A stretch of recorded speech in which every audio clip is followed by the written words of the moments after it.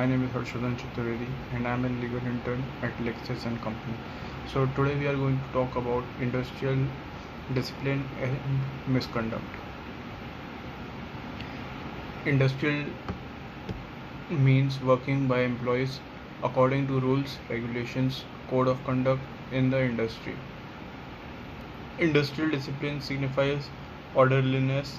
It is the opposite to disorder in employees' behaviors and action. It is said to be good when the members of organization willingly follow the rules and regulations within the standards of acceptable behaviors and willingly follow the rules and regulations of the enterprise. It is said to be bad when subordinates either do this reluctantly and unwillingly or actually disobey regulations and standards of acceptable behavior as promulgated by the needs of enterprise. The objectives of industrial discipline are the main objectives are get cooperation of subordinates within the framework of management's policy for fulfilling the target and not merely to enforce authority, to reform the offender causing displeasure, deter others from making the same mistake. Right of the employer to enforce discipline. The employer has the right to enforce discipline in his establishment, but rules of discipline, while buttressed by legal forms of compulsion, should proceed in most cases not by coercion but through workers' education and continuous persuasion. Effective and efficient discipline is that which is self-discipline rather than forced discipline, and its legal meaning depends upon the quality and caliber of the cadre of managers. If a management has built up a reputation for its fairness, open-mindedness, fair play, objective approach, and justice, its problem of discipline would be comparatively less in the event of misconduct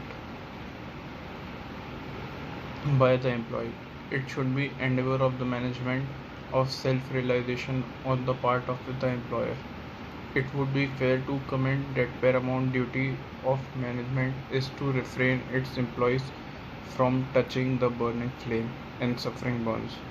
A great behavioral scientist, D. McGregor, has brought out 5 principles for promoting self-discipline, which is advance warning, universality, consistency, impersonality, and immediacy, meaning thereby rules of discipline be formulated and treatment in all cases of indiscipline, and the attitude behind the punishment should be that person is not punished but his indiscipline is punished. There should be no delay in the continuance of a misconduct and punishment thereupon. It is seen that above principles are generally not adhered to by managers in their letters and spirit, as a result of which wound of indiscipline is always wrong. It was emphasized in the document of second 5-year plan that while the observance of stricter discipline both on the part of the labor and management is a matter which cannot be imposed by legislation, it has to be achieved by organization of employers and workers by evolving sustainable sanctions on their own. Some steps, legislative or otherwise, in case of rank indiscipline requires to be thought of. Thus the government shifted the emphasis from the legislation to voluntarily agreements. It was in this context that the question of discipline in industry was discussed in the Indian Labour Conference, and the Code of Discipline, the code laying down the rights and obligations on all sides, came to be formally announced in June 1958. The code applied both to the public and the private sector of the industrial organizations.